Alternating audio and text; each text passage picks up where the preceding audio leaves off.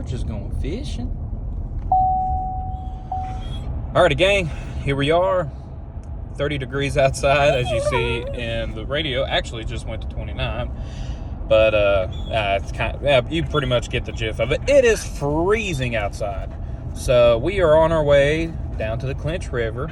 We're driving alongside it here, kind of, sort of. We're a little ways from it now, but the road will soon meet back with the Clinch River here. Anyway, we're going to go down here and try a spot that I had found on. We're going to try fishing today in some freezing weather. And I'm talking earlier, before the sun came up at 7 o'clock or whatever time the sun came up, it was showing 26 degrees. That is cold. Here in the South, especially in East Tennessee, that is some brutally cold temperatures. So we are going to do our best to catch some crappie today. And where we're going to go fishing at today is a spot that I fished in it for the first time. I don't know why I cannot talk today. So it was my first time ever fishing that spot, and it was the video that I showed y'all before, where I was fishing where I fished in uncharted territories. Well, anyway, I'm going to go back to it, try my luck there again, but this time we're going to deal with much more frigid temperatures, because when I went fishing that one day, the highs was in the upper 50s. So with the highs being no more than 44 degrees today, now, well, I say that, but granted, there is sunlight out. You can't see it, obviously, because of the fog, of course, but it is actually clear skies beyond the fog here. So when we get to the spot we're going to, I just about bet my bottom dollar that it's not foggy like this. And we're going to have ourselves a really good time trying to bring some more crappie into the boat. I'm going to use the same baits as I did before, talking about using the size of the jig head being a 1/16 ounce. I might size it down to 1/32. I'll let you know within the video made. But today is going to be a little bit of a special video. As you noticed probably when you clicked onto the video, how long the duration of the video is going to be, and that is because we are going to go nonstop live action. That's right, nonstop fishing. We're going now. Don't get me wrong. This video, it's going to be titled, nonstop, straightforward, whatever. Now, I don't have really the batteries that, like the battery charger, whatever, that is on my boat that I can just plug something up to and just keep my GoPro camera charged up. So there will be a time or two or three where the camera will just like randomly cut out and then go into the whatever next session or whatever. But I'm going to try to make this video as non-stop as I can after I get done with this part right here. But anyway, now that we're done with the introductions, we're going to go into it, dive in. As you see, I got my Crappie Bandit with me. Where's your bandit, boy? You are so excited, ain't you? You just can't hide it. You just can't hide it. You just the most prettiest little doggone dog I've ever doggone she doggone it. Well, look at there. Sun's already come out, burning up what little fog was able to drift from where I live at over to here. Is getting burned up, so that's a good sign. I thought that it was going to be clear past this way, so definitely some good signs ahead of us, Bandit. What do you think, buddy? What you think? What you think? What you think? What is it? What you thinking? Talk to me. Talk to me, Goose. What are you thinking? Talk to me, Goose. Oh, yeah. That's the spirit. That's it. Just one bark, though. Better than that. All right. Here we go. Alrighty, y'all. That was a very, very cold drive up here. But I'm telling you, you go fishing when you can, because it's good for you. That's the best thing I've heard, and it came from Richard Jean the Fishing Machine. Okay, fishing is good for you, so you go absolutely when you can. So here's the dilemma. It's 9:58. Okay, so here we are going on 10 o'clock. So the dilemma that I am talking about is I had to switch terminal cables from the battery that, you know, that does the trolling motor. I went and put those terminal cables onto the battery that starts up the motor. The battery that starts up the motor is not dead, but what has happened is where it's so cold that even though that it was fully charged last night, the cold cranking amp on that to start the motor isn't sufficient enough. So here we are trying to start the fishing day off about a half hour behind schedule. It's not terrible. I think there'll still be enough time to catch plenty of crappie. But what I'm going to do is I'm going to do something rather unusual. I'm going to fish for crappie using my rooster tail first. The only reason that I'm using a rooster tail to see if I can catch crappie is because I've already got a rooster tail on it from where I fished the Clinch River earlier. Okay, that water's plenty good. You see, so the aerator pump, of course, is being run off the battery that normally starts up the motor. So that tells you that there's plenty of battery. It's just a matter of where it's just so cold. But anyway, so let's go and fill our cooler up while we're here.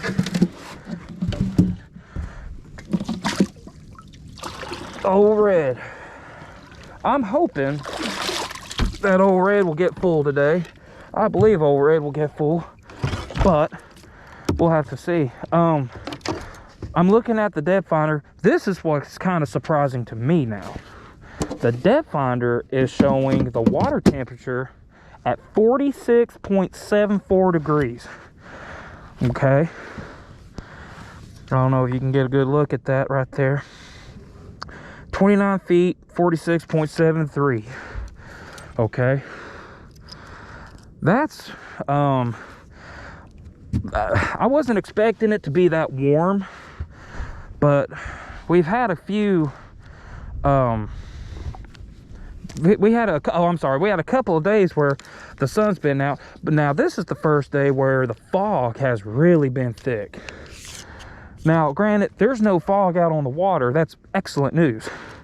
But the problem is the fog is so thick still from where the sun has, where the sun is trying to burn it up, that it's up in the air now.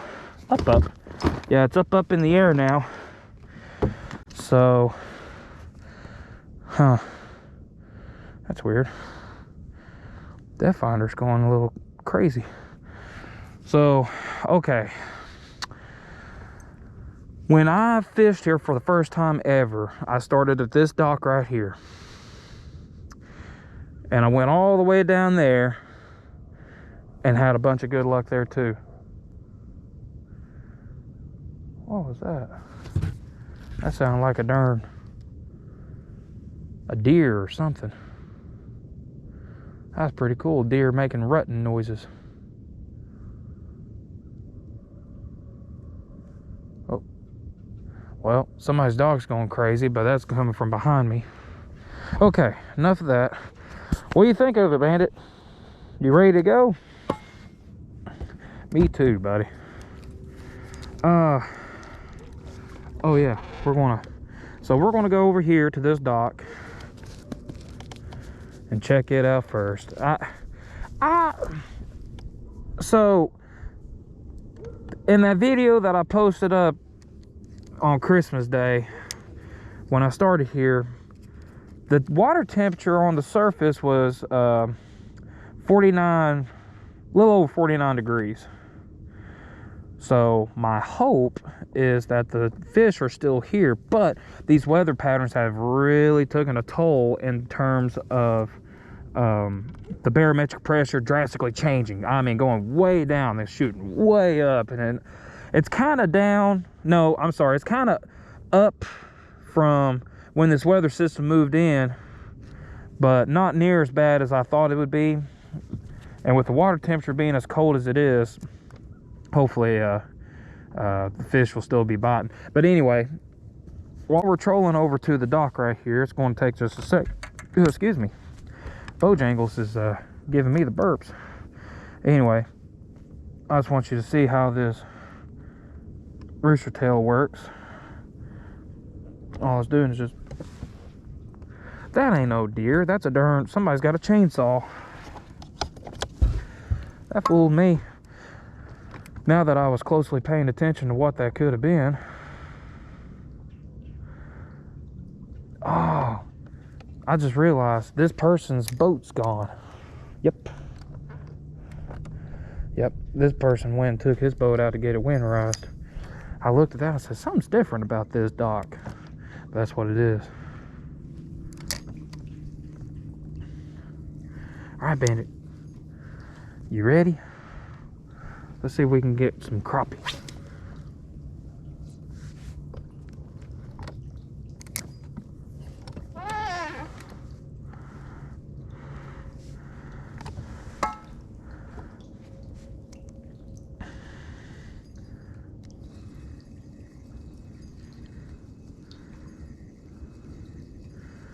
Yeah, this is unorthodox for crappie fishing using a rooster tail, but I have caught a crappie off a rooster tail before.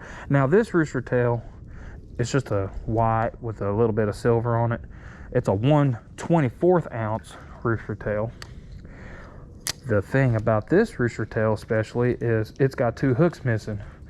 And the reason it's got 2 hooks, no, it's just got 2 hooks on it. It's got 1 hook missing. But the reason that 1 hook is missing is because when I was fishing the Clinch, I got hung up on a huge Tennessee stickfish. And I was able to get it out, but I was only able to get 2 out of 3 hooks back, which is fine. I'm not too worried about it. Like I said, this is a rather unorthodox way to fish for crappie. It's too cold, probably, for them to even want to think about biting off a rooster tail, because I'm retrieving it pretty quick.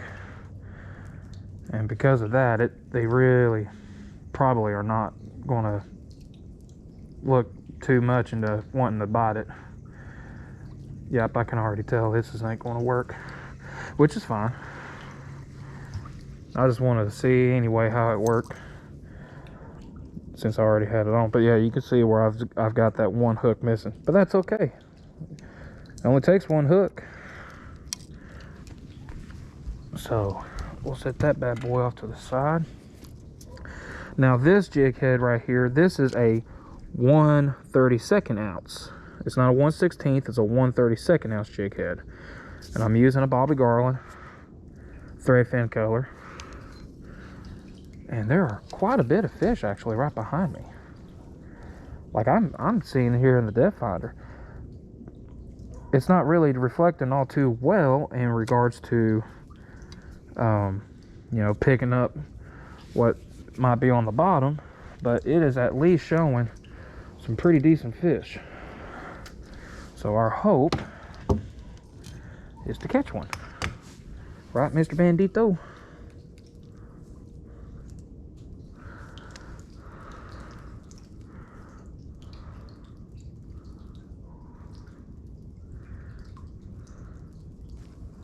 I just went over that brush right there.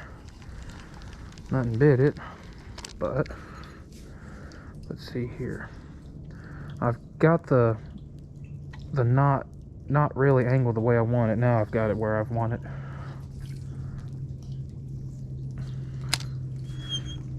What is it? You want to fish, don't you? I know. You're alright. Don't you worry. We're gonna get one right here in just a second, I hope. It's just a matter of finding their pattern and what they really want.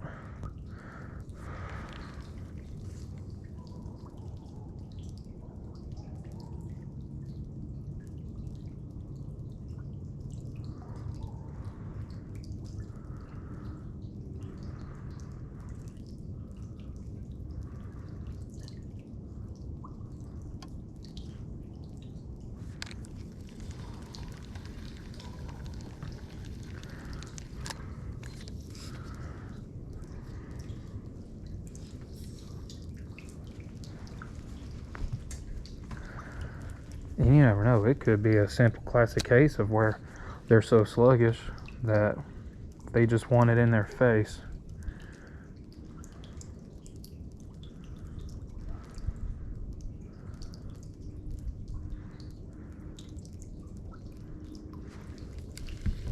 I had a thump right there. That wasn't brush or nothing, that was a fish. Let's see here. Stop. Don't try to eat the bait. That's for fish. You darn turkey. Alright.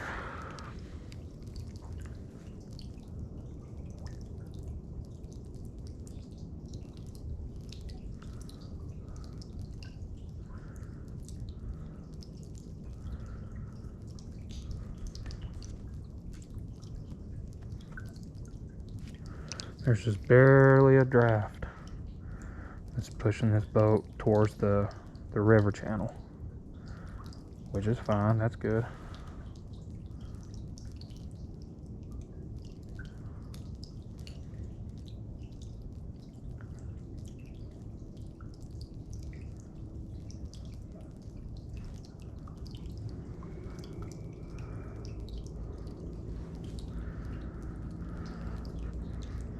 A lot of times too, where this sun is behind the heavy fog,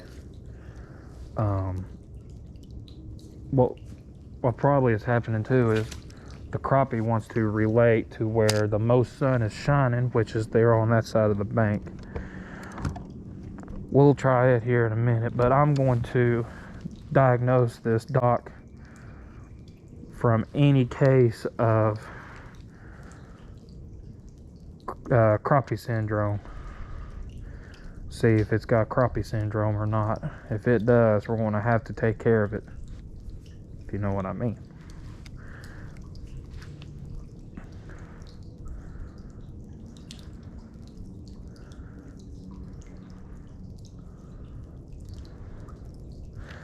Temperature is just now barely getting above freezing.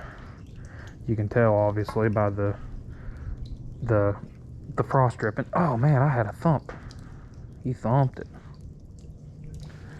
I wonder if you saw that on the camera there, the fishing line, where you saw that thump.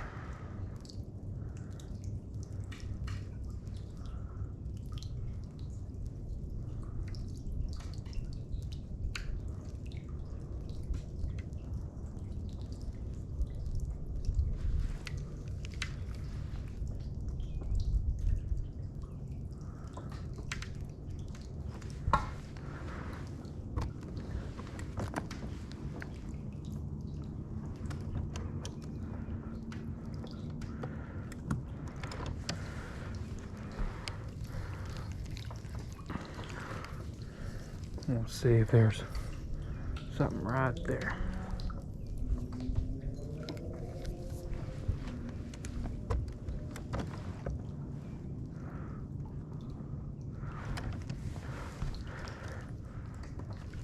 Oh, something had it. I don't know what it was. Might have been a bluegill, the way the jig was pulled back a little bit. That's pretty cool.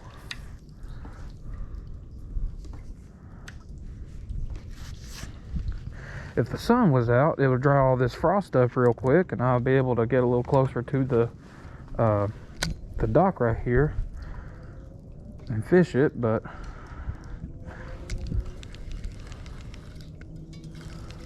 man.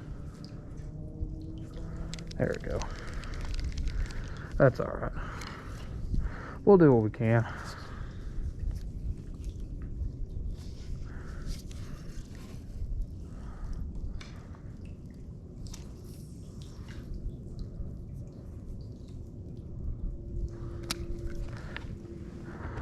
I might get a little wet, but I'm gonna try it anyway. It's killing me. This sun, I don't see this sun gonna burn up the fog quick enough for my liking. So I'm just gonna do what I can right here.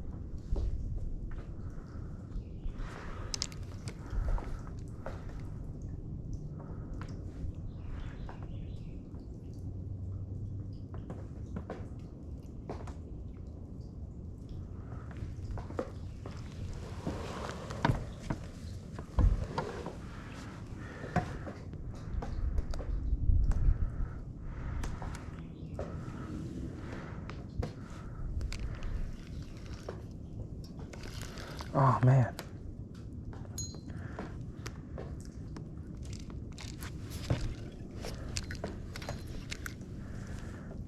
There's a crossbar down there. It's got me stuck. Yep. I see it right there. Darn it.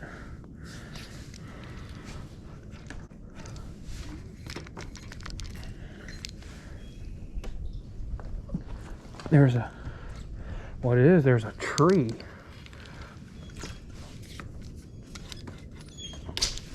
Yep.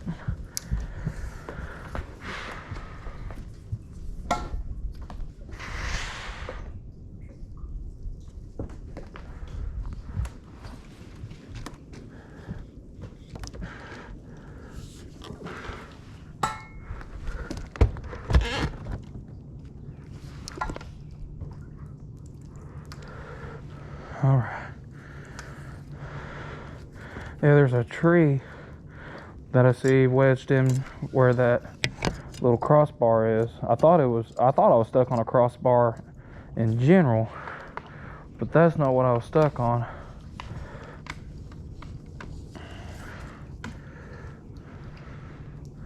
I was stuck on something completely different.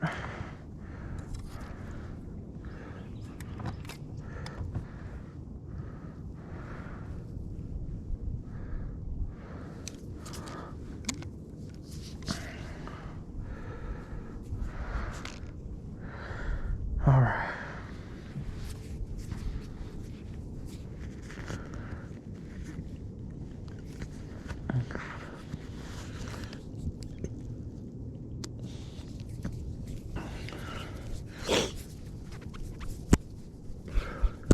We'll come back to this dock here because I just don't think that I don't think we're going to make too much out of whatever brush was down there just yet, at least. But here's the thing, I don't know if I mentioned this earlier or not.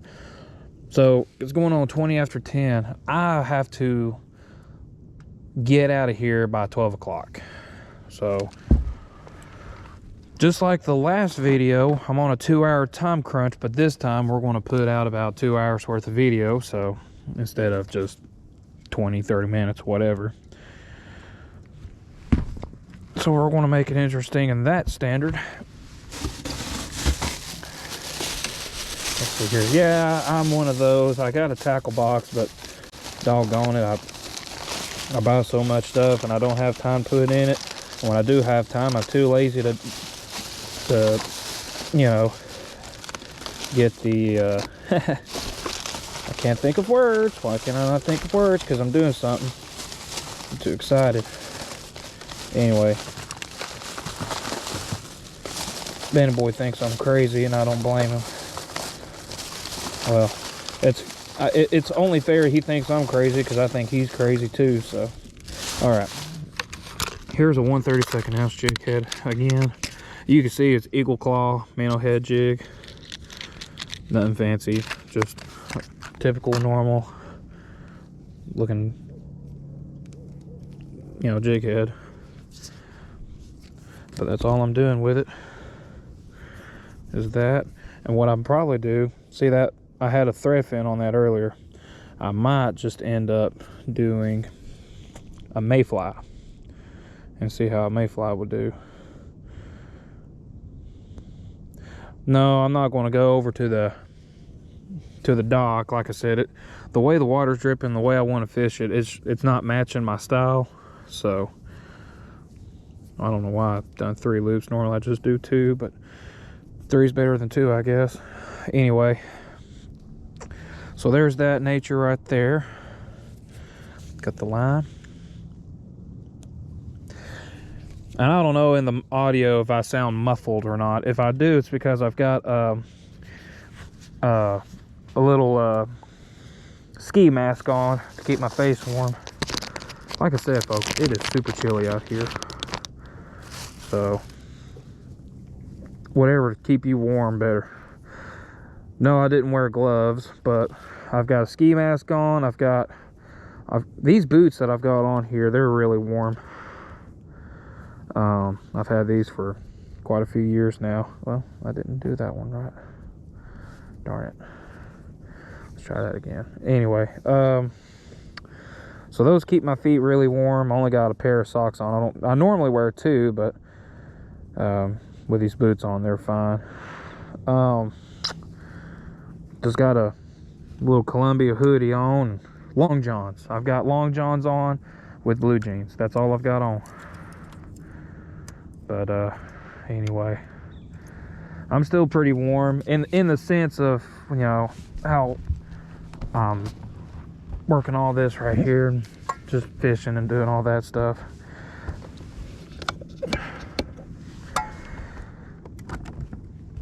And it also sounds like I'm breathing really heavily. It's because I'm fat, so it's hard for me to catch my breath. But that's all right. 2024 is here, and we're going to work on New Year's resolutions to get that weight off, so wish me luck.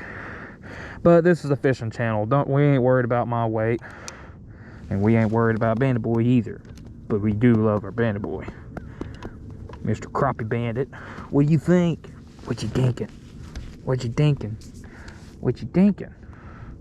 You thinking you want to eat? Yeah.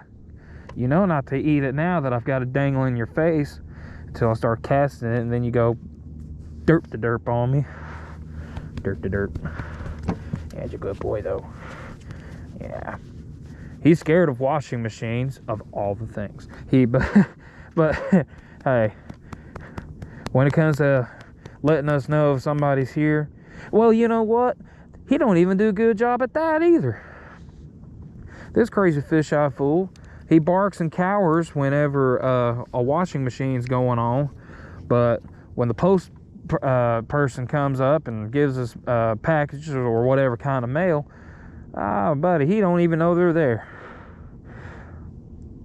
I hear him pull up before he even flinches his ears, wondering, what's that sound? What's that? What's that? What's that? What's that? I want to try that theory out. I said that probably what's going to happen is that the way the sun is, that there's more sun right here than it is over on that side of the bank. And if that's the case, then the crappie may relay to the likes of this tree that's been tied up right here. If that's the case, then we'll give that a shot. If there is crappie right here, what I want to do is I want to cast closest to me. That way, if I don't spook the fish. If I cast too far in front of me and there's fish right there and they're active and they want to bite, I might end up spooking them. You don't want to spook them.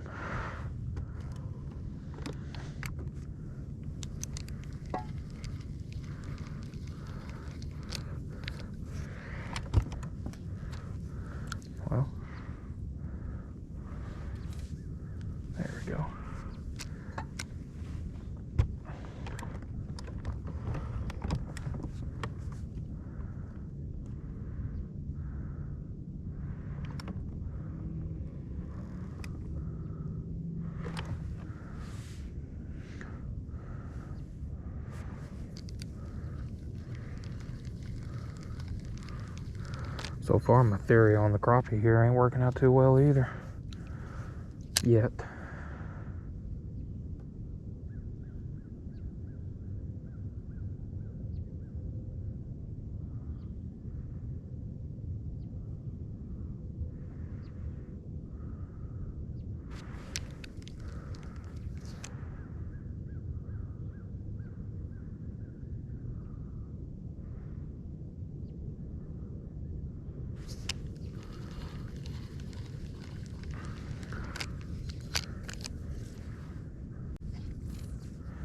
If you want the truth about crappie fishing, this is it right here. Sometimes you'll have these moments where you try to catch fish and you don't find nothing. Then all of a sudden you hit one spot, boom. That's all it takes.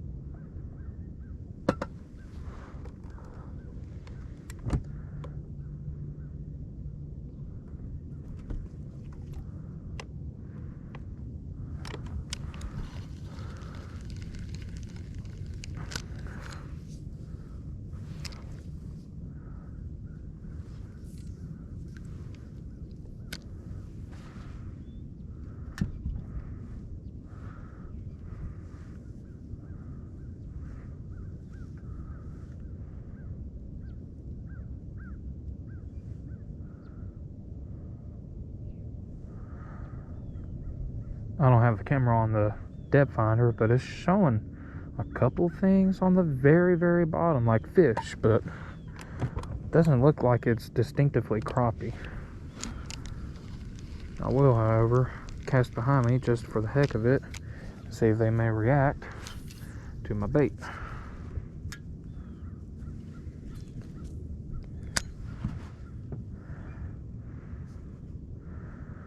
Yeah, there's quite a few things showing up. What do you think of it, Mr. Bandit Boy? See, there's the bottom.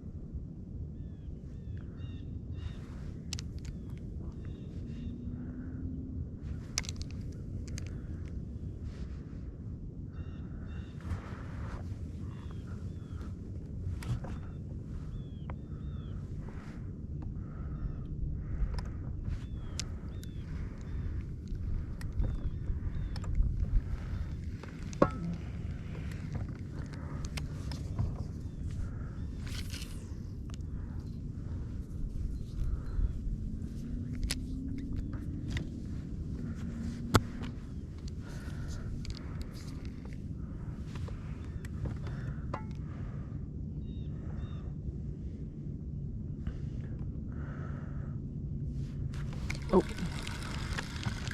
that's a crappie. He is barely fighting. No, that's just a really darn good bluegill. He is a very sluggish bluegill.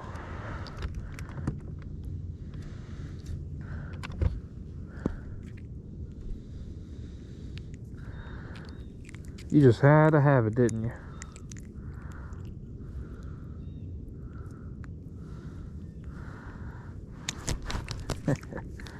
Even cold, they are very strong little fish.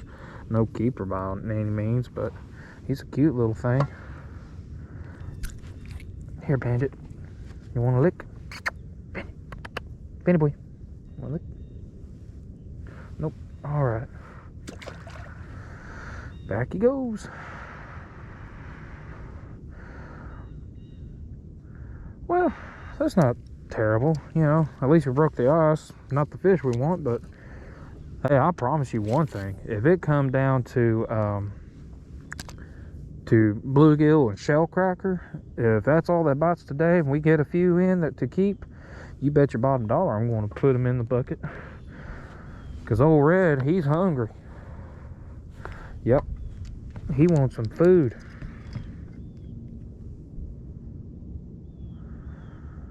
Fish is food, is what he says. Fish are food, not friends. It's funny, my son loves watching Finding Nemo and a bunch of other Disney movies. Finding Nemo's a really good little cute little Disney movie. Right, Bandito? Let's see here. I want to try to get as close to the tree like that as I can. Obviously without getting snagged.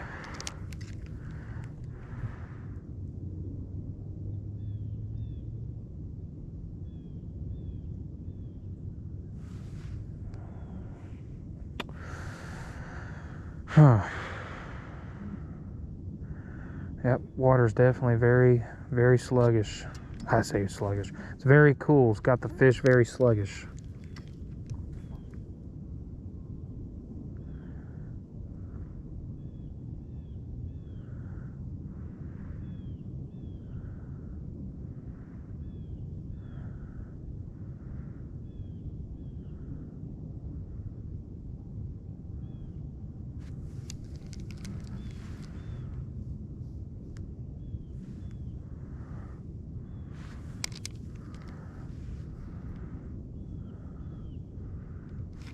There we go.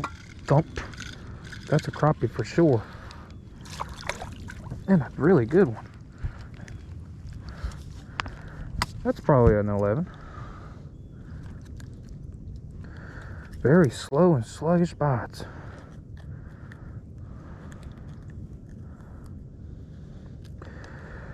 Very, very slow and sluggish.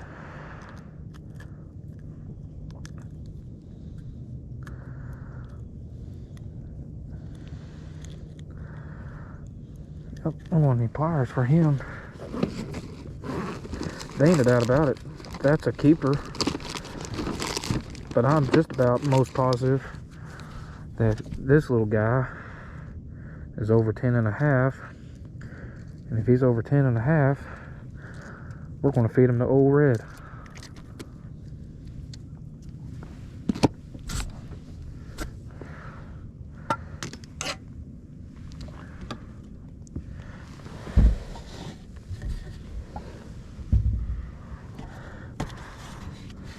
Oh, he's definitely over 10 and a half.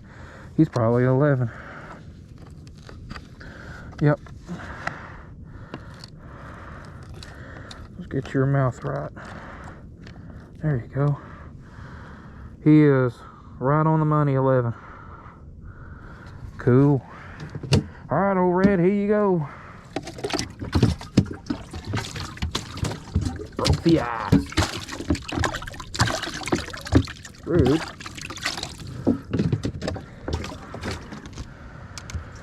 All right, crappie number 1.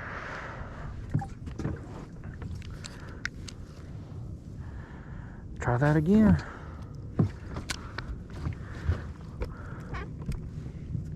You almost, it seems like this is just first observations. You might, it looks like you just might have to keep it in front of their face. Now that one, it drifted very slow, but I made sure that the way that it, the way that it was like kind of slowly doing this little flutter though, there was enough action for the crappie to react to it. Bandit, back over here. Good boy. I want you more fish, Jan. All right, Bandit, you got it, buddy.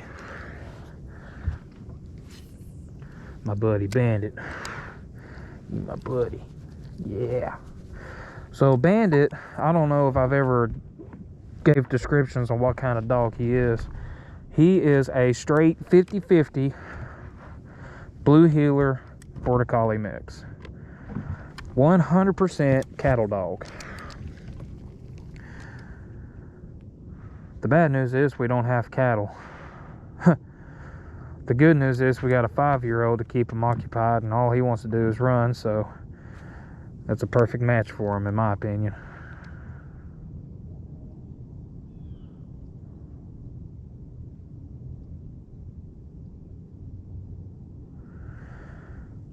Bandit, you're in the way. Bandit. Bandit. Back. Back. Good boy. And just stay right there. You can be in the camera if you want to. Just don't be in front of people's way. Okay? Nobody wants to see that doggy butt. They want to see crappie.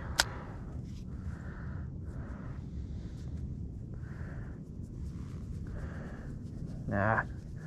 Use a keeper, buddy. You are. I'll keep you for a good while.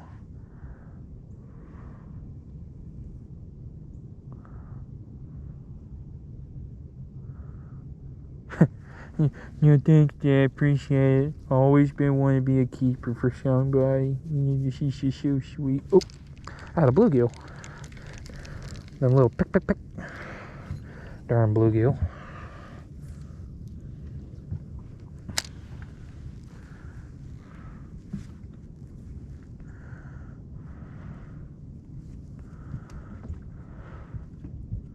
So another thing too to kind of, there we go. That's a good crappie. I mean, son, I can't tell you how he's fighting. Holy cow, stay on. I don't know how good you're hooked. He's not lengthy big. Son, he inhaled that one. He was strong. I barely had him hooked. I got lucky with that one. Oh, bandit, bandit, bandit, bandit, bandit.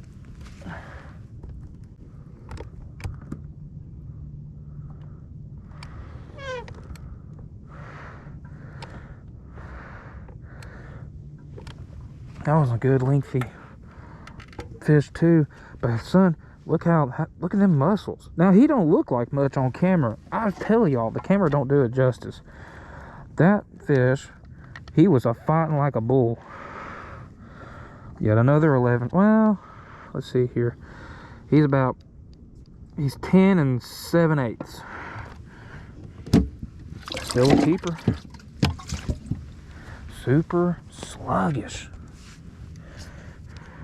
Bandit, back it up.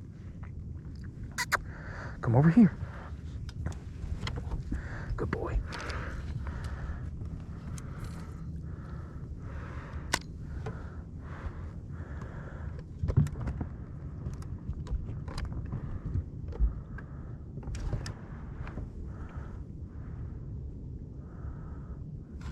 Oh, doggone, there's another one. And yet another good crappie. Son, we've hit it. We've hit the jackpot on this one, Bandit.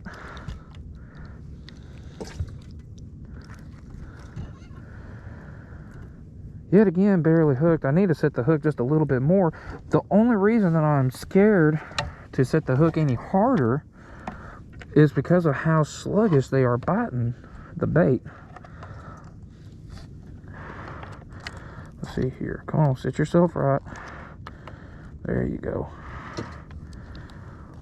That one is right at,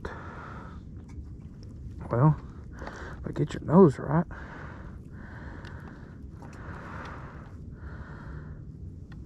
He is at, darn it, come on.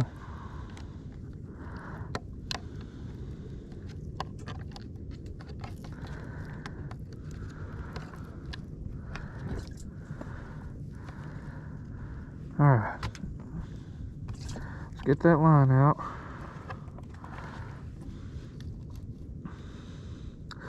Okay, so this one's 10 1/4.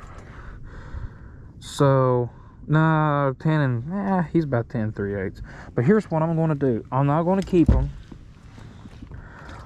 I stick to what I say. Now, I used to not keep them below 11 inches.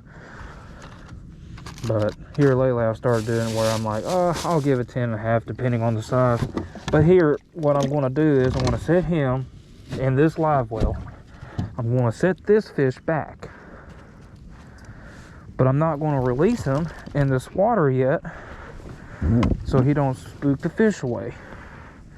I let him know, hey, something's up, y'all. Don't go for that.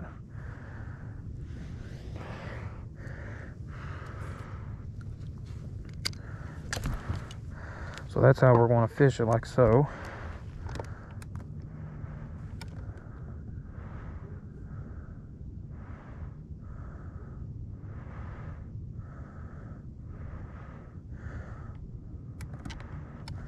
I can't believe this tree is holding that much crappie, though. I mean, granted, I've only caught, 3 or 4 out of this now, but still, it's pretty neat. Bandit, back. Back. Good boy.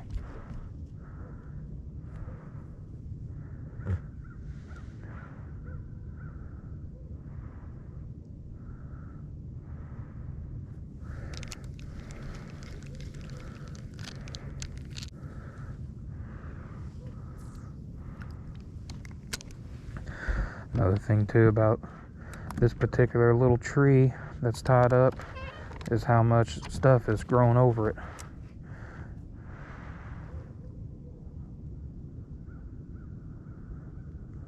So this tree has been tied down for quite a while now.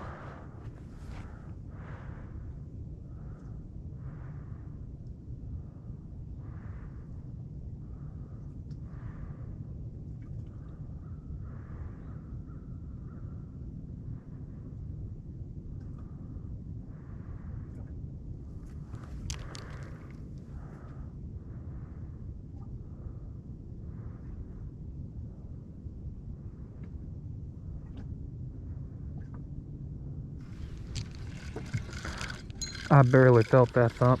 That is a very good crappie. That's a very good black nose. That's for sure an 11. Son, what a broad back he's got too.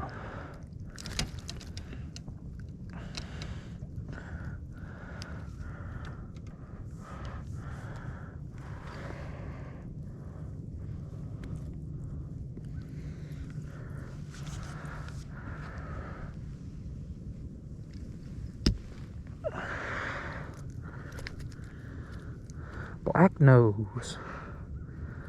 All right.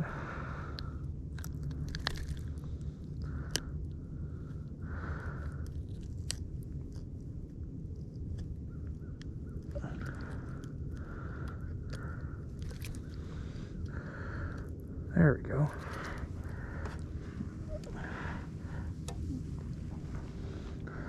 Oh yeah, he's for sure. He's about 11 and a half. Easily. But for some reason I left my thing back here. Actually, you know what? He's going to push past 12, I believe. No, I underestimated him. He's 11 and a half. So biggest crappie of the day so far is a black nose.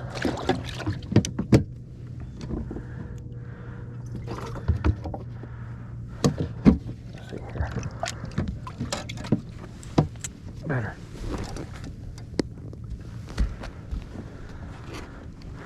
Oh, better. Don't do that.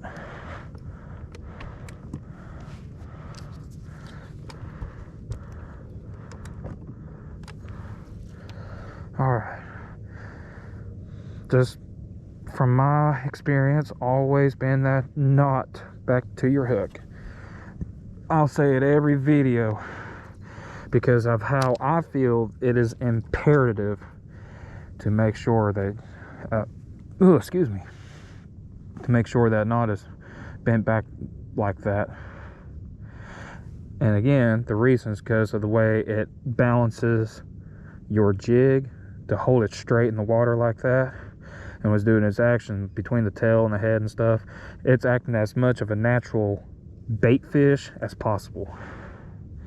If the knot is pointing straight up or away from the hook, then your jig's going to sit like this. It won't sit flat and straight. It'll sit like that. It won't look as natural. It's not to say that, fish won't bite it. Fish can bite it. But as far as maximizing your chance of catching a fish, that's the best way, in my opinion, is making sure that knot is pointing straight towards the hook. Now, if somebody is watching this video and is asking, So what's the disadvantage of your knot being pointing towards the hook? I would say the only disadvantage clearly would be I say clearly. Oh, he hit that on the fall. I did not set the hook on that, so I better get the dip net for this one.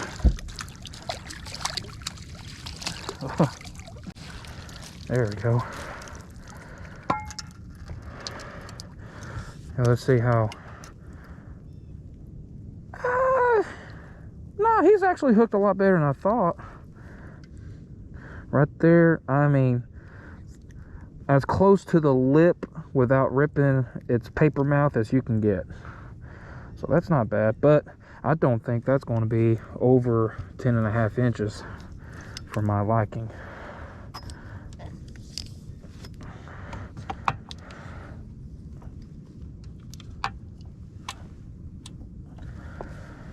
So what I will do is obviously measure him. If it makes 10.5, great. If not, we'll put him in a live well. Oh my gosh, my eyes need to get checked. He's right at 11. Yep, 11 incher. So that's 4.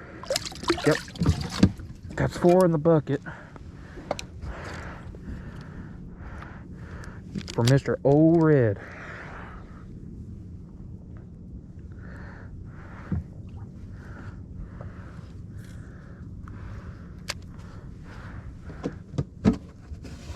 Mr. Bandit, we're doing pretty good, buddy. I appreciate your help.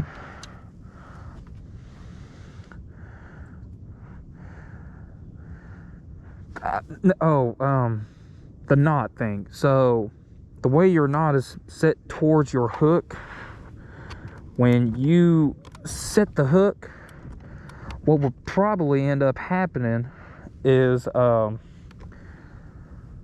when you set the hook, it takes that much extra effort, because that knot will then, you know, the way it's setting towards the hook, when you set it, it's going to pull away from the hook. So once you do that, you know, you got to do that much extra effort to make sure that that knot flips around on that eye that you have the knot tied on, while, you know, setting the hook at the same time. But here's the thing though, the reason I'm not worried about if that is a legit disadvantage, I have yet to experience a serious issue catching crappie the way I've got it set up. Like I'm just trying to make impossible scenarios in my head happen to see, okay, how much can that match the situation like that realistically, where you'll miss a fish.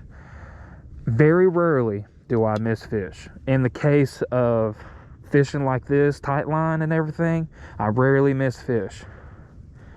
The only times that I've ever really missed fish was when they were not active. And even then, like right now, I don't know if I want to consider them active or not. Like, they act like they're active, but golly, they are so sluggish. I mean, son, I can't tell you just how sluggish they are, especially with the way they're biting. I'll tell you one thing. Now, this is just a theory of mine too. Sometimes I think depth finders can play a little bit of a role in how fish act, because they can hear.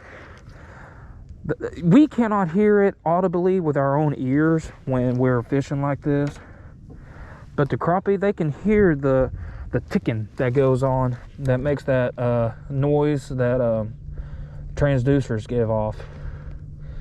That little tick tick tick tick tick tick tick tick tick. It goes off all the time, and when that happens, fish can pick up on that. Like, it's weird. Like, scientifically speaking, I'm not good at it, but it's like that, like electrical pulses or whatever stupid scientific words you can think of. Like, they sense that, and it kind of gives them a little bit of a, hey, something's up, we need to stop, like, we need to be on guard, don't eat nothing, you know.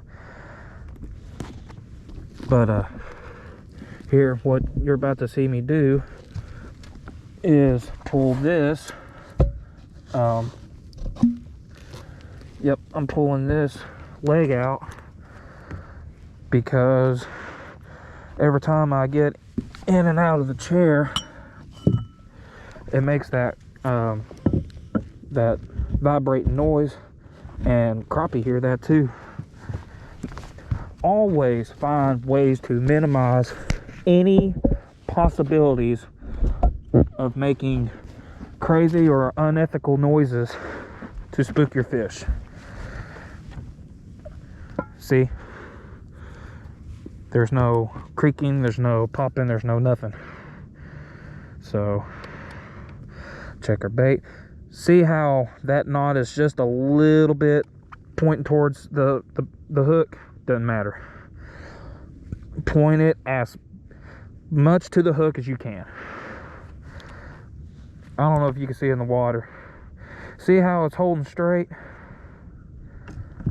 Okay. Now let me give you an example. So let's say, all right, knot's facing total opposite direction. Okay, you see that?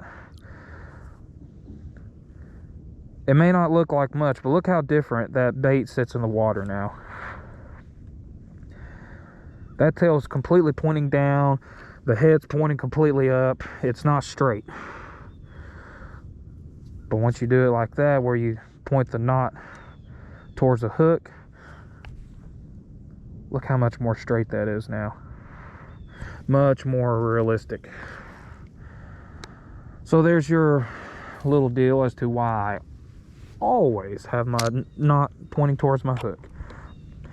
I'd rather have a knot that points towards my hook that gives me a less chance of setting a hook, which I've never had that problem, as I stated already, than to have the hook, you know, oh, I had a bite right there, than to have the hook face forward away from the, the knot, than to have the knot face away from the hook. There we go.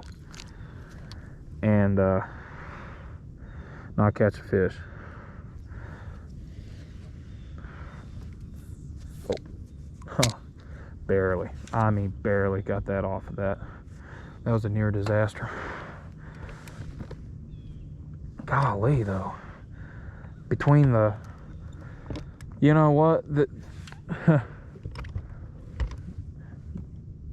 If it wasn't the fog, it's now the clouds, which I wasn't expecting clouds to be out today. You know, it's supposed to be a really sunny day. But now that we know that it's not, that stinks. Because it is cold. It was sunny yesterday. Now, I'll tell you another thing. What I really need to try right now is an underspin. The underspin will work really good for this application because of the cloudiness. And I wasn't thinking about using an underspin from earlier because I thought we were going to have some sunlight. But I didn't set a hook good on that fish, but he's a small one. I mean, little baby. What do you think you're doing, buddy?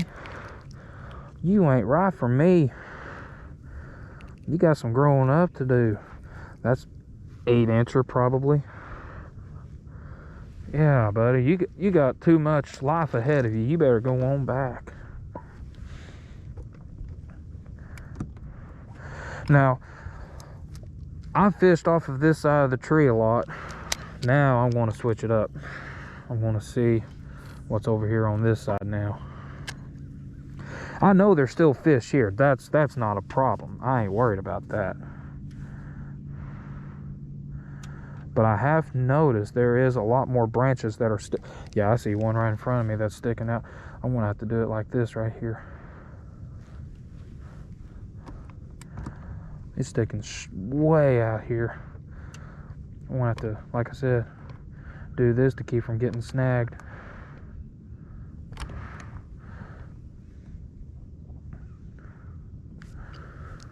Yeah, we're past it now. Let's see here. Let's throw it right there. There we go. What do you think of it, Mr. Bandit? Mr. Crappie Bandit. There we go. I don't know how low you saw that fish bite or fight. Yeah. Bite and fight. But anyway, that was a very slow and sluggish fight. And bite. Bite, fight. Bite and fight.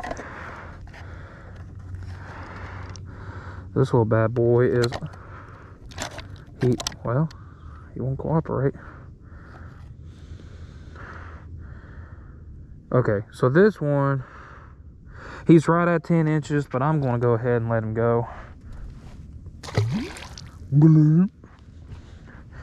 Throwing him like that, that's actually really, if you want to get rid of fish as far away from the spot to keep them from being spooked in this hole as possible, to me, that's one of the best ways that you can do it without hurting them. You can really hurt their like their jaw. You can break their jaw if you throw them in the water like if you're not being careful with your crappie, you can hurt them. So throwing them back like that, that's not going to hurt them at all. Oh man, I thought that line got awkwardly tight, and I had one and I pulled it right out of his mouth. Look at that. I sure did.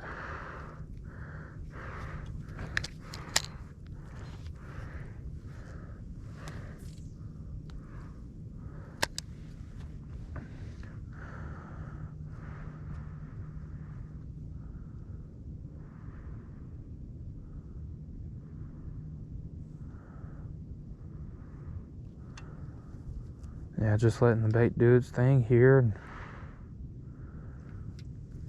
I'm being very cautious about where the biggest of snack spots are, especially on this side, because I feel like the way this tree is laid out, the bulkier part of the tree that sticks out deeper in the water that you cannot see is on this side. That side over there, I've let it go down to the bottom, just a foot away from the whole tree itself, and never got snagged. I'm not saying that there's not a snag there, but there could be. But the point is that over here it's a lot more. There's a lot. Golly, what a thump! Holy cow, what a thump! Son, what a fish too. I mean, son, that's a bull. He might outbeat the darn black nose, both size and length.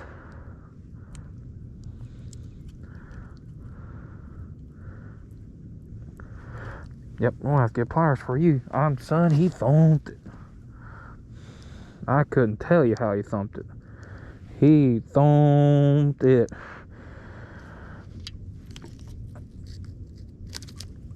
Now, don't break.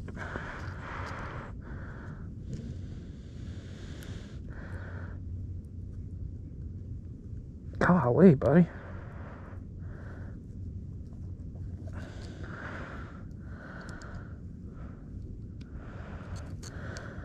Whew, buddy, I'm telling you, my hands are freezing. There we go.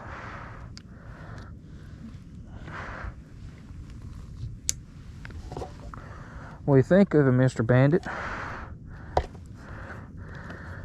This one is going to push a 12, but he may be 11 3/4. Nope. I called 12, didn't I? He's just barely above the 12-inch mark line. So yeah, both size and length, he is the biggest of the day.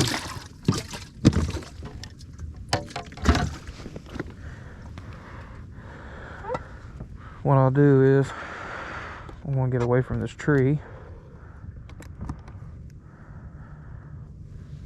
I'm going to retie my line, because I know for a fact, well, let's see here. Yep. I'm going to retire. I wish I could retire. I'm going to retie it anyway. So, my goal today was to catch my limit, because my Aunt Norma and Uncle Carl, they are wanting a fish fry, and I promised them I'll give them a fish fry. And anyway, we're gonna satisfy them today. Hopefully we'll catch more. That's the only reason I'll ever worry about catching a limit worth of fish, is if I'm going to feed like a whole congregation, whether it be at church or whether it be family, whatever. But you know, other times, like, shucks, it's just me, my wife, and my boy.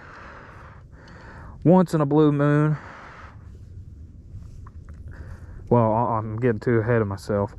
I'll normally just keep 5, but once in a blue moon I'll keep 6 or 7, because we got certain picky eaters that actually love crappie, besides the two-legged fools that lives in the household. See, look, that line was really frailed. Oh gosh, I rubbed up against a tree and didn't realize it. Good thing I caught that before it was too late.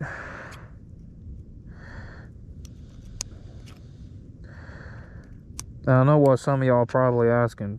Kevin, are you being a little trashy when it comes to fishing line? You're just letting it fly on or fall on the floor. Well, that's the reason why I bring the grocery bag or a shopping bag of any kind like that from the store. I use a lot of bags that are inside of it to throw my trash in, and when I get back to the boat ramp I'll throw it away, whether it be water bottles, fishing line, all that good nature.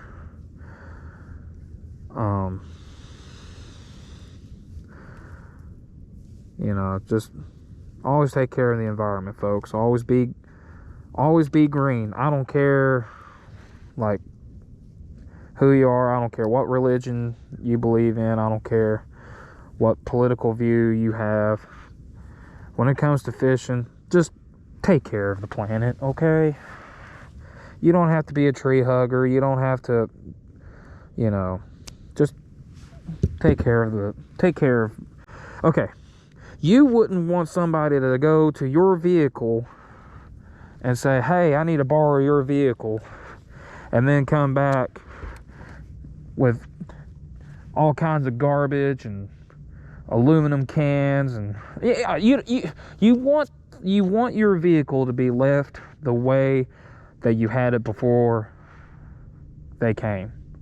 You want your house to look the same after you've got people that come over, the same way that you had it looking before they come over. You know, do the same for your environment. Treat it like it's your home. So, let's see what time we got now. It is approaching 3 after 11, so we've got an hour left to fill the bucket up. And I want to go up this creek, and I might still here in the next little bit, but as long as I am catching fish right here, that all I'm going to do is just, I want to catch my limit here, and if I've got enough spare time, then I'll go up the creek and try it out, and you know, just fish for the fun of it.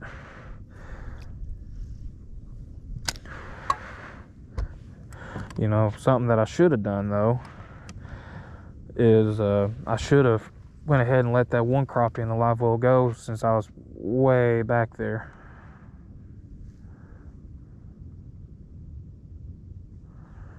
But that's okay. Golly, what a thump.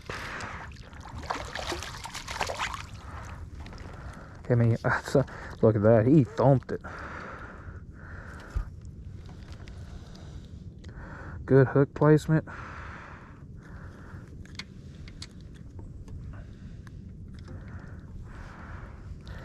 I don't think he's past 10.5 though. I'll check and see, but I highly doubt it.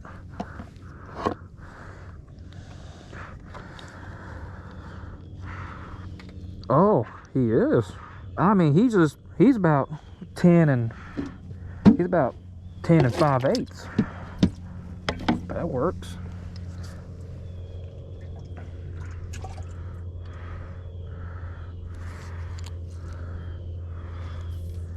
I caught him like right back there. What is it, Mr. Bandit?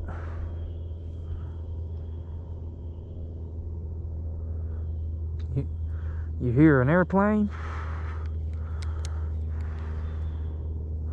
Here, I want to set the pole where y'all can see Bandit's face. You know, everybody loves seeing Bandit's face, and everybody also loves seeing good crappie caught. Wow, that's a good pulling fish. And that's because this is a black nose. And I mean, son, he is a huge one. I should have gotten the dip net. He about matches the black nose that's in this in Old Red right now. Son. Hey now, don't be rude. Smile for the camera. Oh, he wants to wiggle wiggle.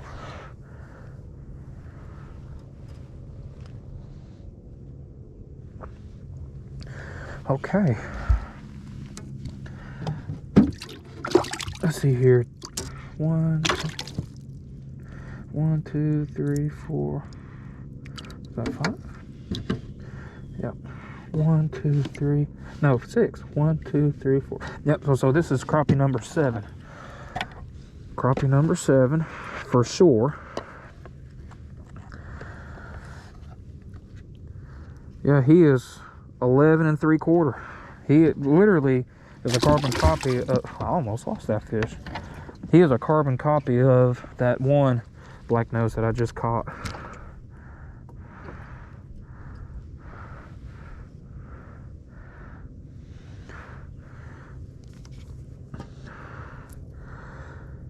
You know something that's really cool too that I just now noticed?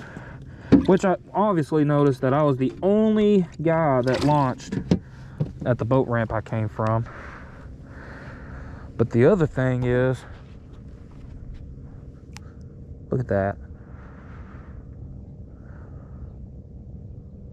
With the only disruption to the nature sound is an airplane that's going over the ridge line right here.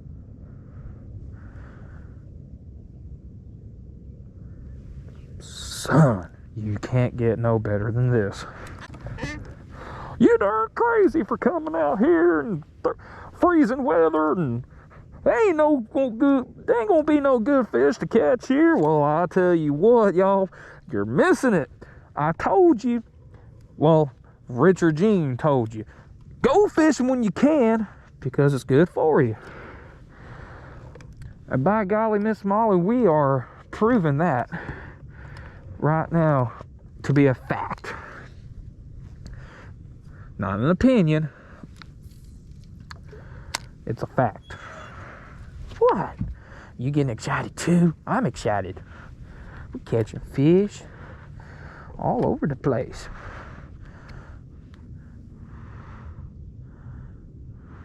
I say we're catching fish all over the place. We're only catching fish in one spot so far. Now there's fish that are back over on that dock there that we just came from too. I know that for a fact. But as far as the way they were biting there compared to here, well, night and day. It's crazy how fishing like that works, but guess what? That's crappie fishing. You think they're going to act one way when it gets warm or when it gets cold or whatever, and then they act completely different in another way.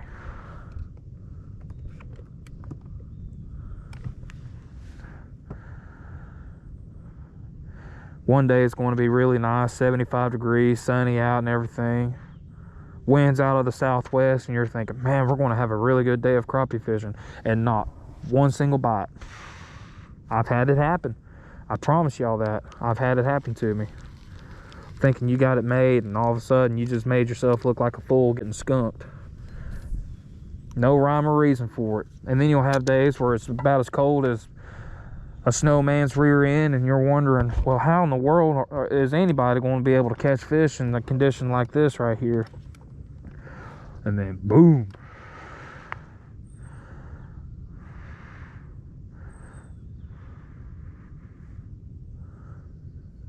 It's just the way it is, folks.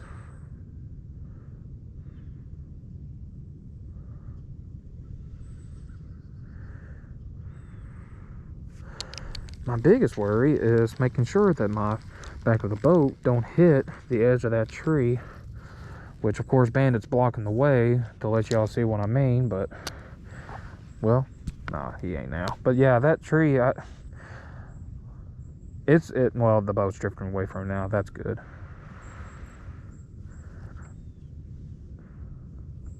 You see here, I'm holding my pole away from the camera so y'all can see what's happening. Ah, I just got hung. When in doubt, set the hook.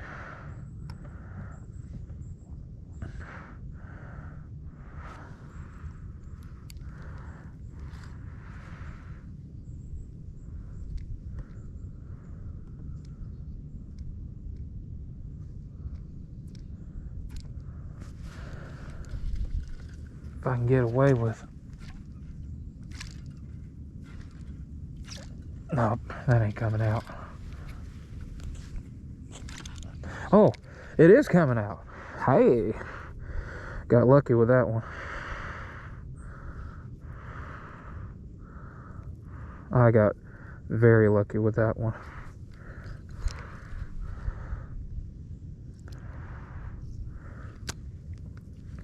And since we're this close to the tree, I'm just going to go ahead, kind of sort of vertical jig.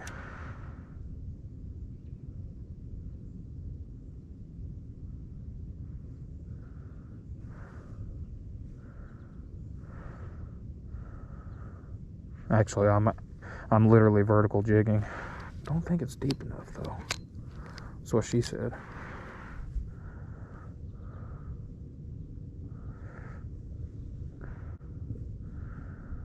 Let's see here. My low-key humor, y'all have to forgive me. It's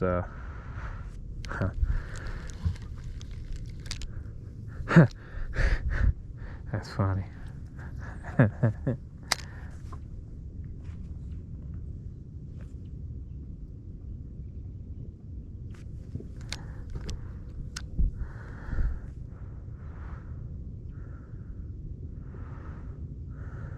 Now I got a breeze that's blowing me away from the tree. That's crazy.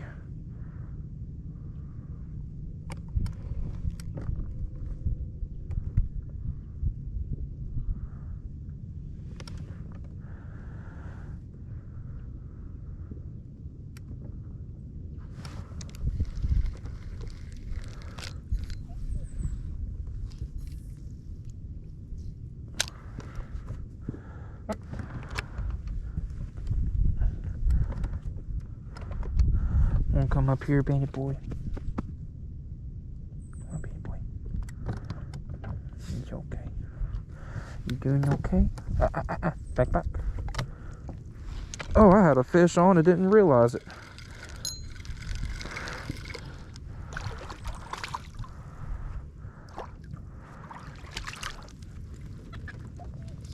He hit that on the fall.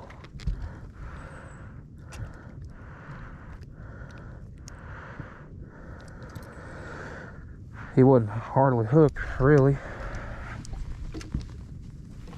I don't know. He might make 10.5. Let's see what we got here. Come on, buddy. Get your mouth right.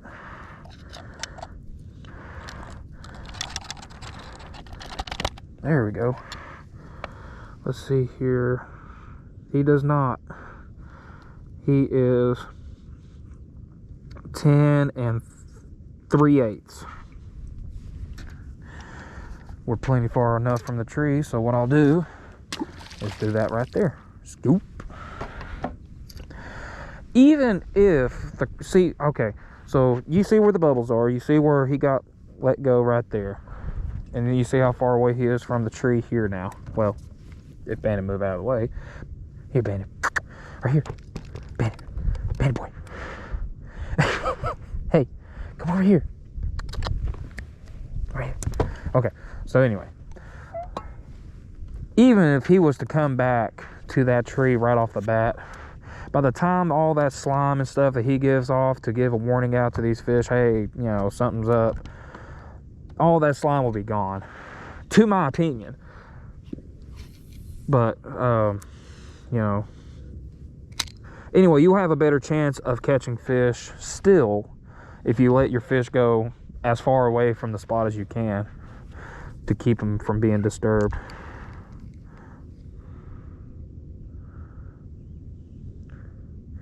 But now I'm fishing quite a bit away from the tree, just kind of seeing if they're just that heavily tucked into the brush here, or what their attitude is. So far, I mean, I caught that fish. He was relatively close to the brush, but I didn't think that he was right on it. Let's see here.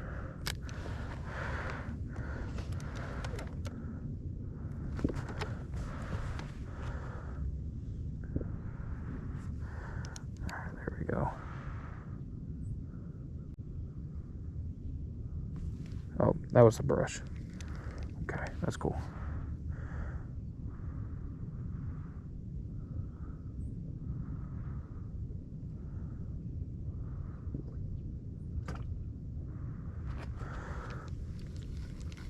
As fun as crappie fishing is the only thing about when the water gets really cold like this, they're very lethargic.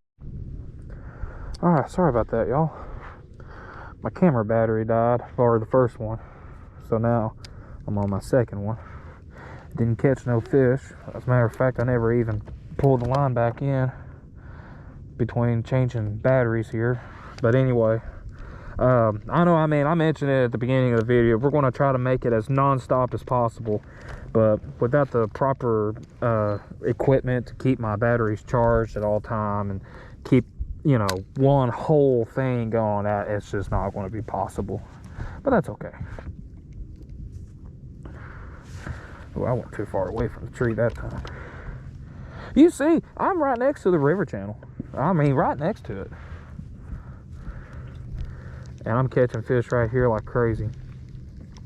And I ain't not a doubt in my mind, if I go and try to fish down over here, that I'll catch plenty of fish too. Now I just realized, well, no, my eye's playing tricks on me now.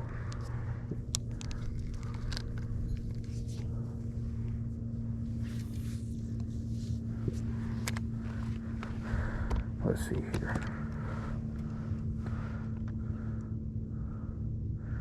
Get us facing where we want to.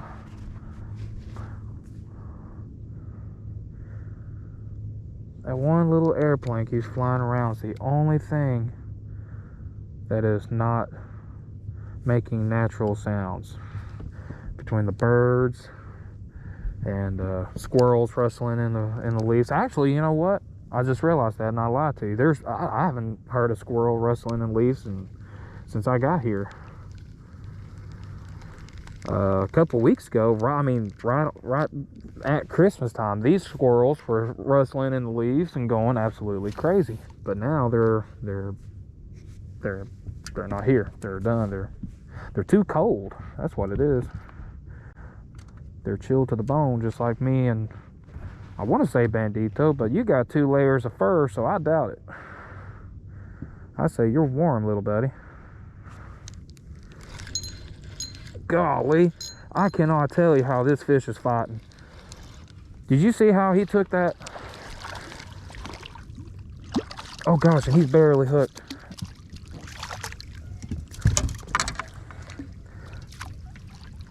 Holy cow, I got lucky with that one. I barely had him hooked on the side of the mouth. That's all it took right there, son.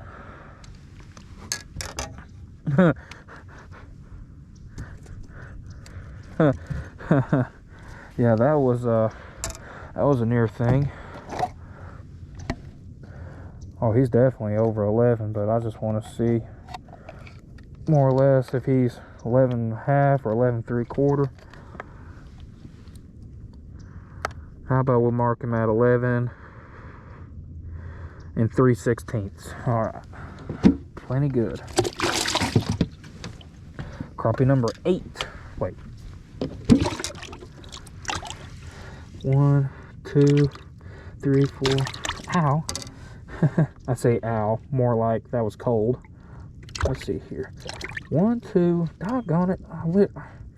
I hate not keeping count. 1, 2, 3, 4, 5, 6, 7, 8. Okay. Yep. Crappie number 8. Cool. Did you see? I hope the camera picked that up. I was not expecting that darn line. So when I was letting it come to me, I forgot what I'd done. I literally, oh, that's weird. The line just stopped.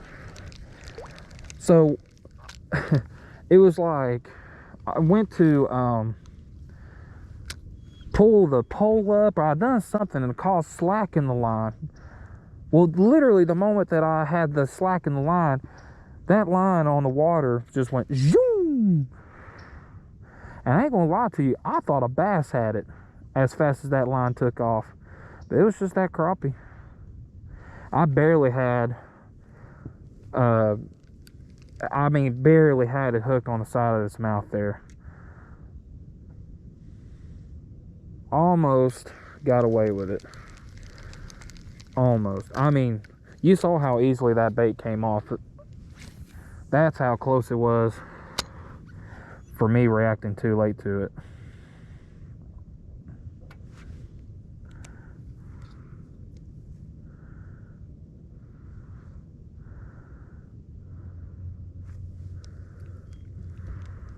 I think that's what I did, yeah.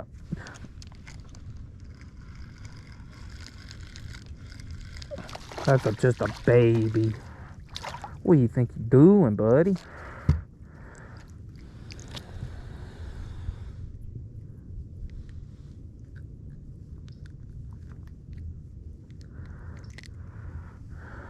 He's just a baby. We think of it, Bandy boy. He's just a baby. There you go. Wash my hands in this.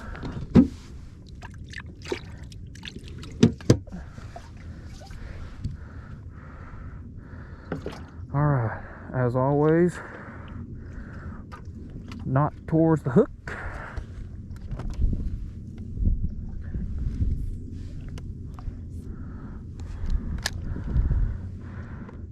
That little breeze is coming back in again.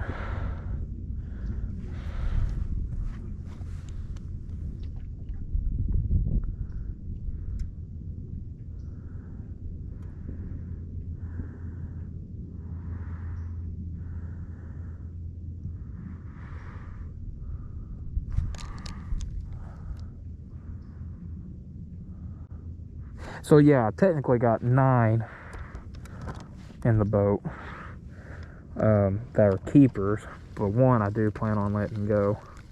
And I should have just let him go earlier when I was away from the tree, and I always forget. I don't know what's wrong with me. I'm a fish out fool. That's what's wrong with me. But we're still having fun. That's all that matters. We are now approaching 11:24.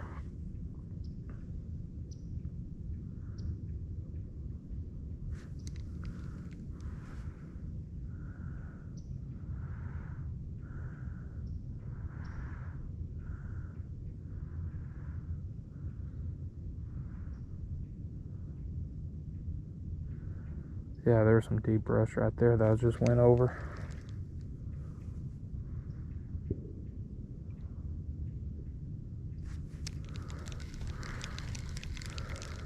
I have to thank whoever cut this tree down. And, well, yeah, it's cut. Yeah, somebody cut it down and put it over here for a fish attraction, because it has worked wonders.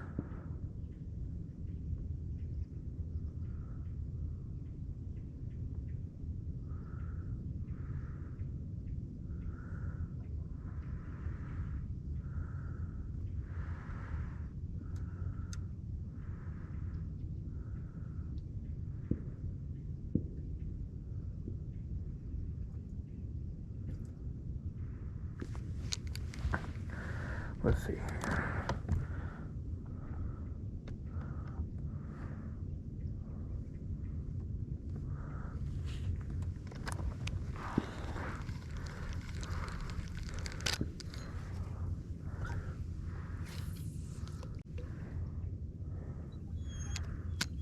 What are you whining about, Mr. Bandit Boy? What's your problem? What is your malfunction?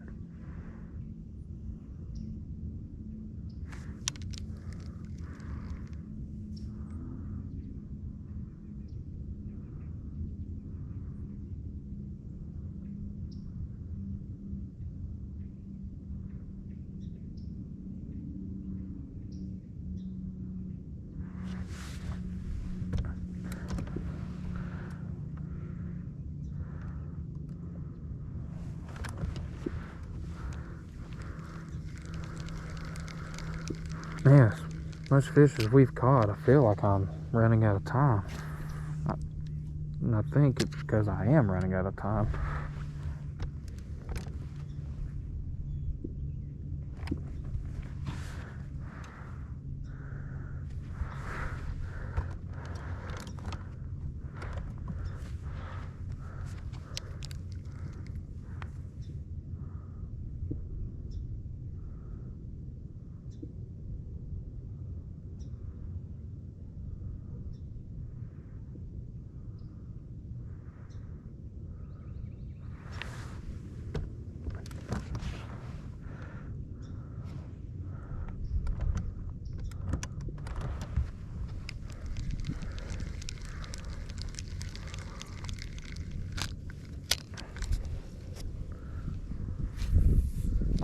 No, I just did that. Yep.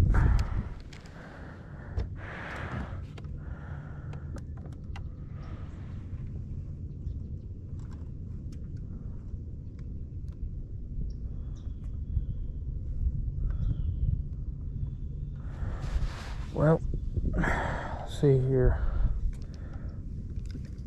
Blinked twice and it's already 11, almost 11:30.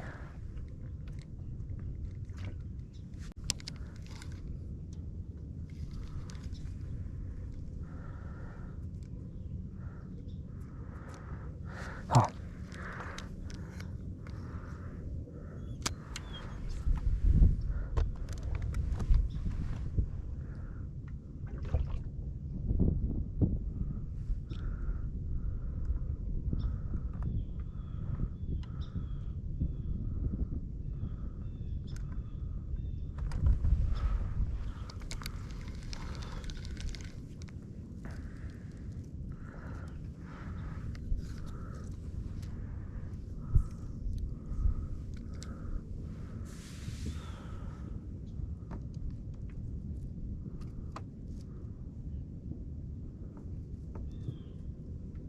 Bandit, back.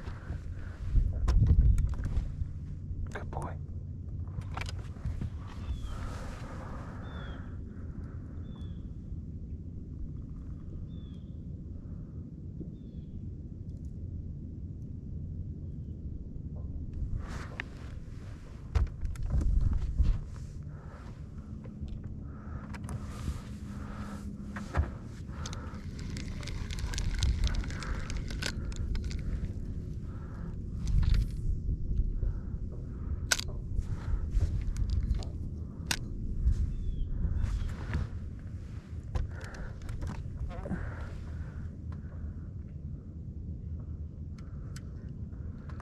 I'm sorry, y'all. I'm trying to get it to where I've got the boat towards the wind.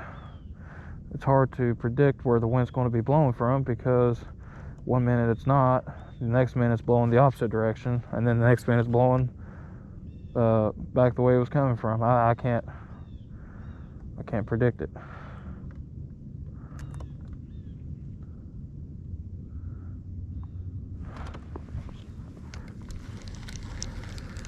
Alright. If there's one thing about it, these crappie are definitely in the brush. I mean, in it.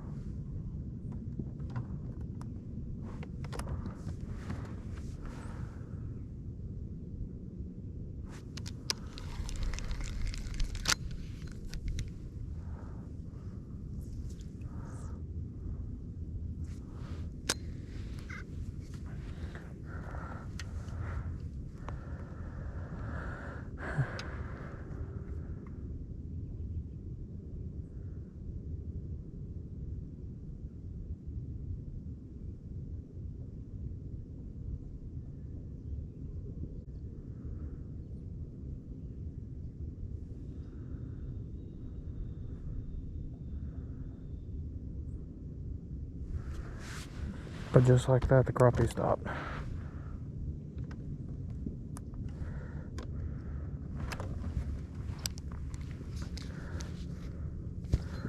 It's 11:32.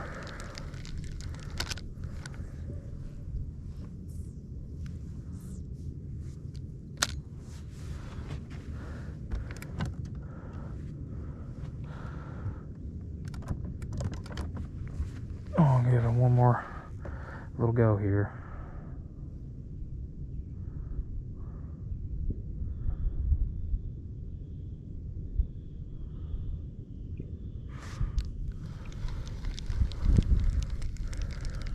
Man, my hands are absolutely freezing.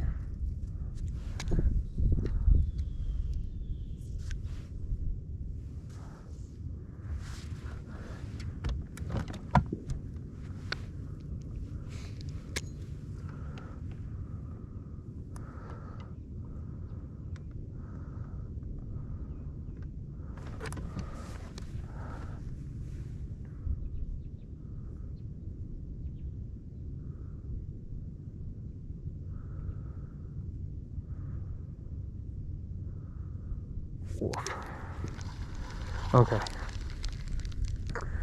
So while we have the slightest bit of time left, we're going to go all the way over here and try our luck catching some keepers over this one tree. But if it doesn't work out, that's that's all right. We still got plenty of fish in the boat.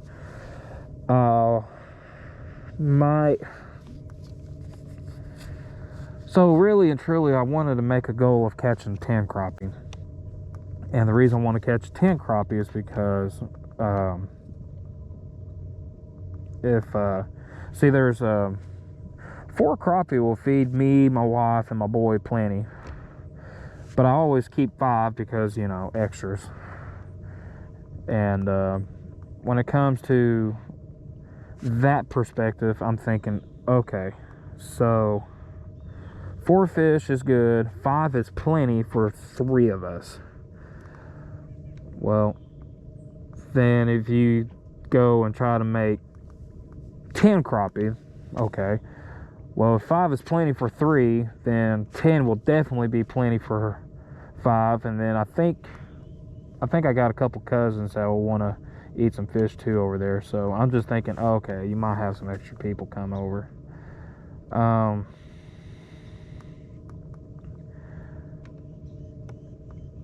Man, that's wild. There's a lot of bubbles coming out from somewhere from the bottom. I don't know what all that's about. I don't think. No, it's not bait fish, because you can see the bubbles coming from the bottom. Like right there. I don't know what that's about. Huh. Well, anyway, we'll try this tree out, like I said, see what good luck we can get from it, and then call it a day. I hope I can get 10 crappie that are at least 10.5 inches or longer. But if I end up only catching one and being able to keep one, and you know, the one that's in the live well makes 10, then that's fine. I'll deal with it like that then. I don't want to keep a fish under 10.5, but it's still legal. That's the thing about it.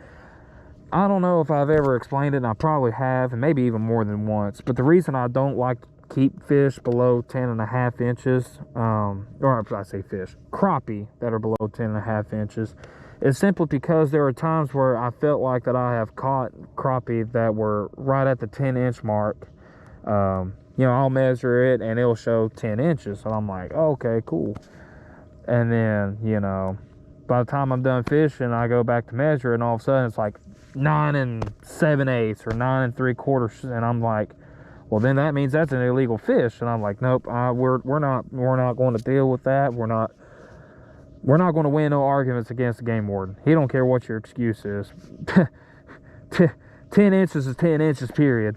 So, in my opinion, I'm like, okay, well, if I give a 1/2 inch gap, then that means there is no chance that I will mess up, you know, from keeping an illegal fish, because that's the last thing I want to do is keep an illegal fish.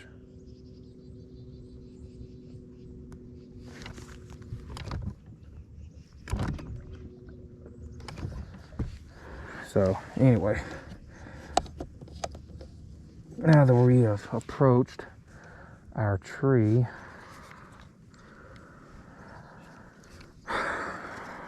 I think I will stick with using, oh, is that frail? No, look frail. The bait's frail though. I mean, that grub is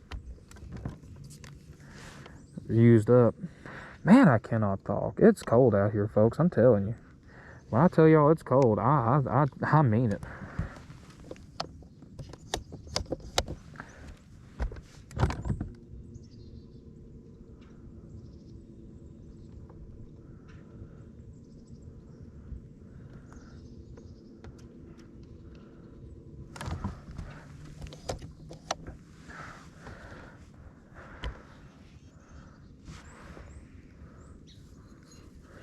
All right, here we go.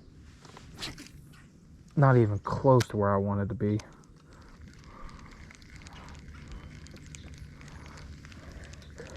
What is it, Mr. Band Boy?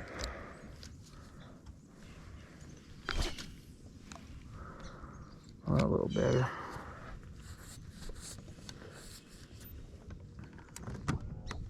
Oop.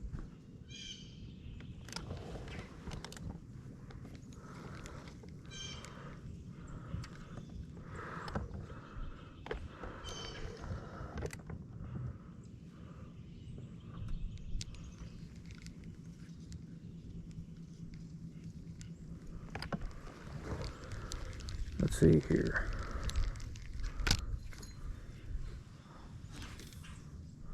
There we go.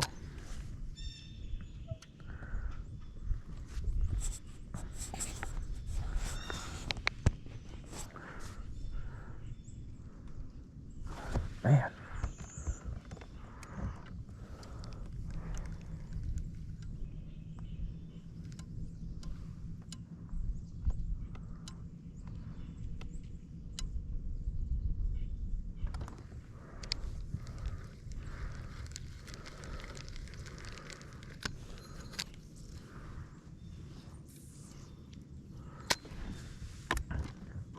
And it could be something as simple as the fish over at that one tree. Oh God, I had a bite right there. That was a bluegill.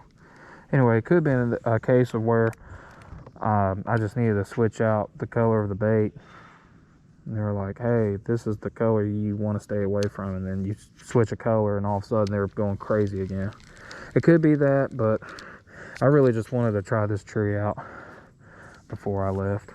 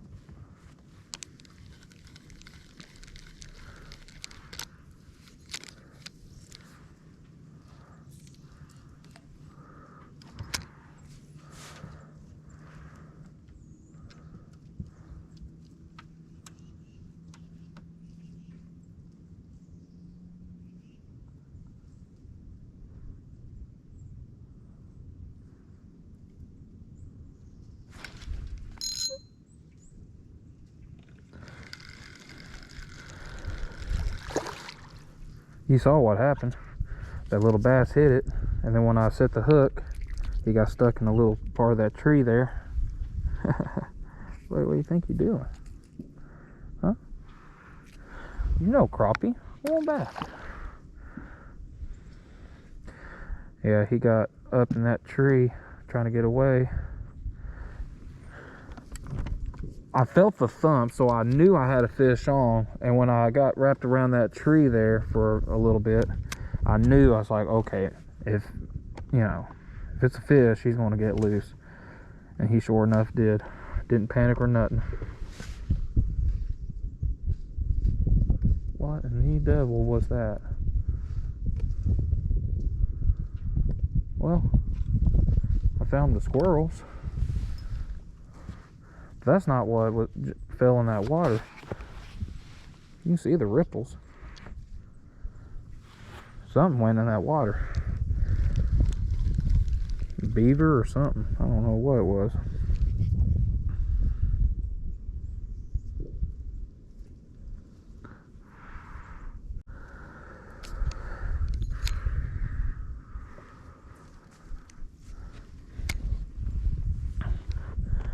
I don't know. It's kind of cold for beavers. I don't know if they hibernate or not. I don't know much about them, really. Other than they're quite annoying when it comes to fishing.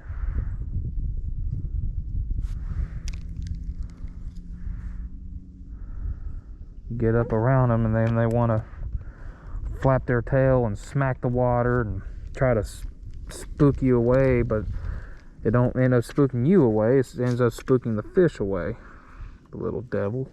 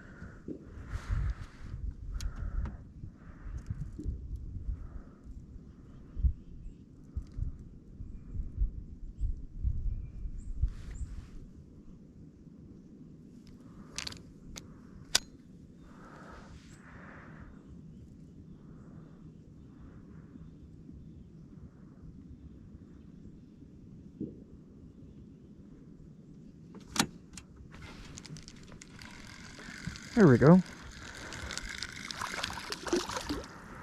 Well, not exactly what I was hoping for, but as far as size, I got you, buddy. I got you. We'll measure him, but I don't think he'll make the grade as far as even being 10 inches. And that he won't. He's 9 7/8.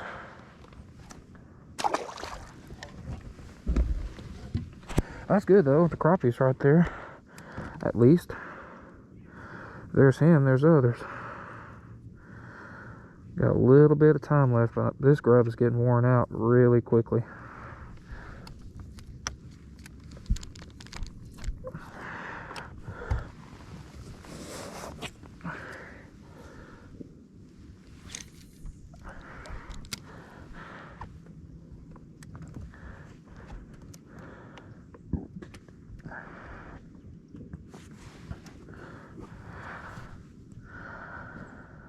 Let's see here.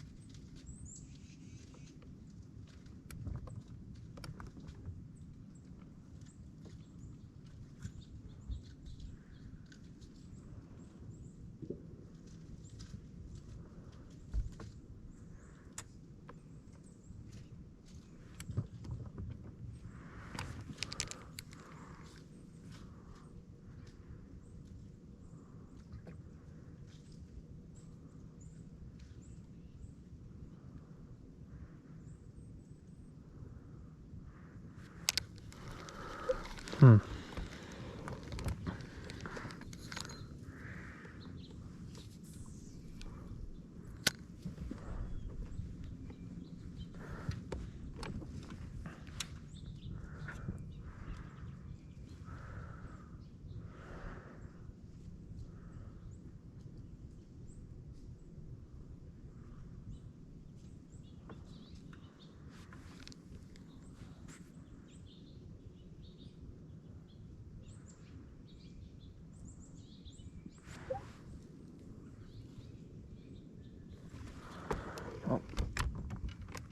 I found a brush right there.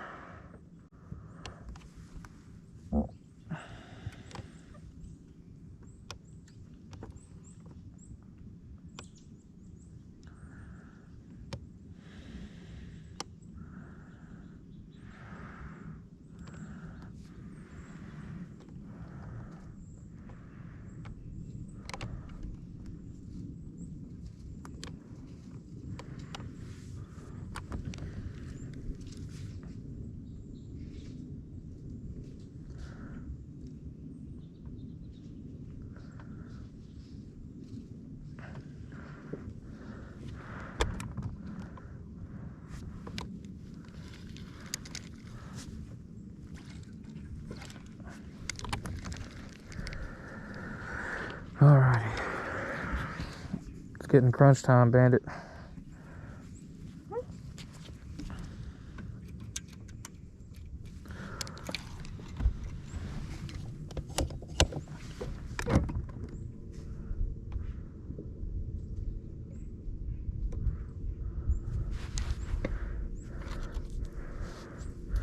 $11.51.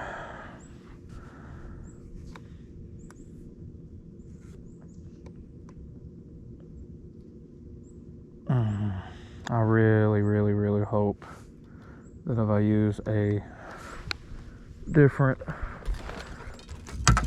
I'll probably go back to threadfin color. Let's see what else is in here.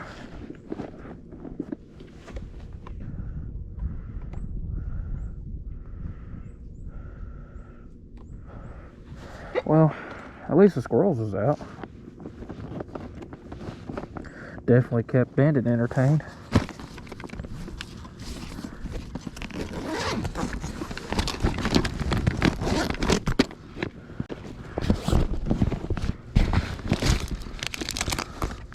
Well, there's my Arkansas shad, but water's about too cold to use them. Really, they're ideal when it comes to fishing with them about, you know, warmer temperatures, but guess what? Temperature's not warm. Really no good use for them.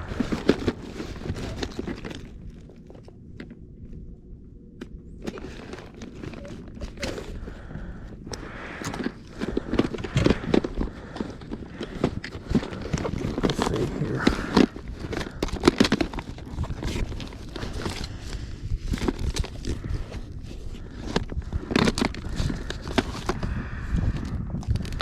Well, let's see. Yeah, there's threadfin right there. Let's see what else I got.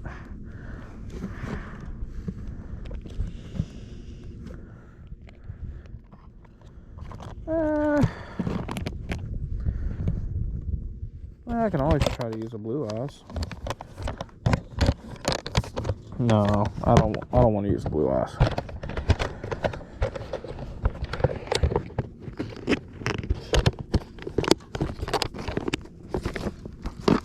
Oh, I don't know what to use. I don't know what to do.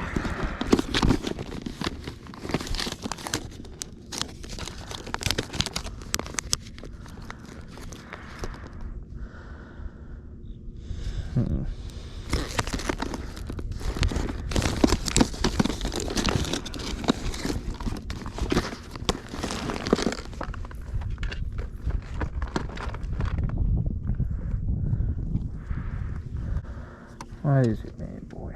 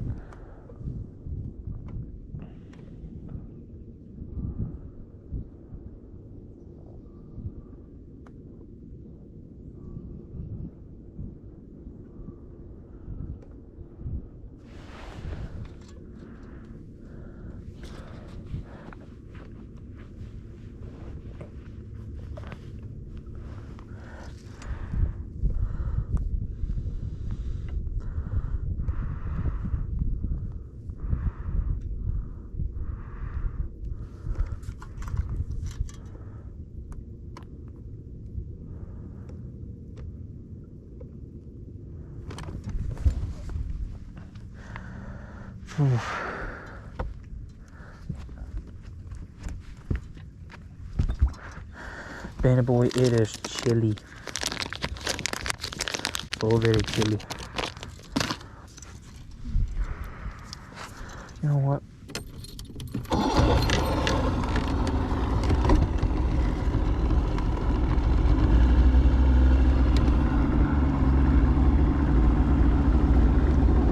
I should have done this earlier.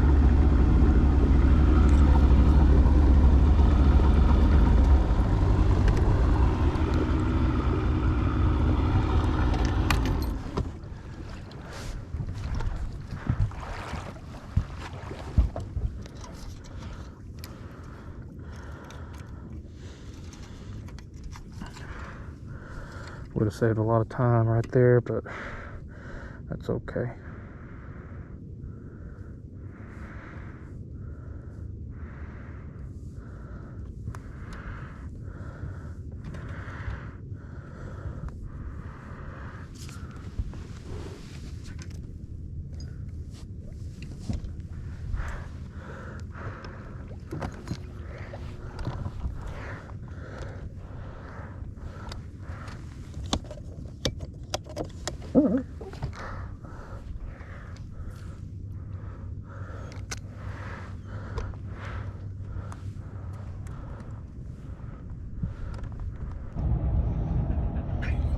All right. On 3, we're going to say Happy New Year's, okay? 1, 2, 3. Happy New Year's! That's not how you say it. Happy New Year's! Happy New Year's! What? What? Happy New Year! Happy New Year! Bark! Bark. Just bark. Don't whine. Bark. Yeah, there you go. Happy New Year! Now that's more like it. Happy New Year! What?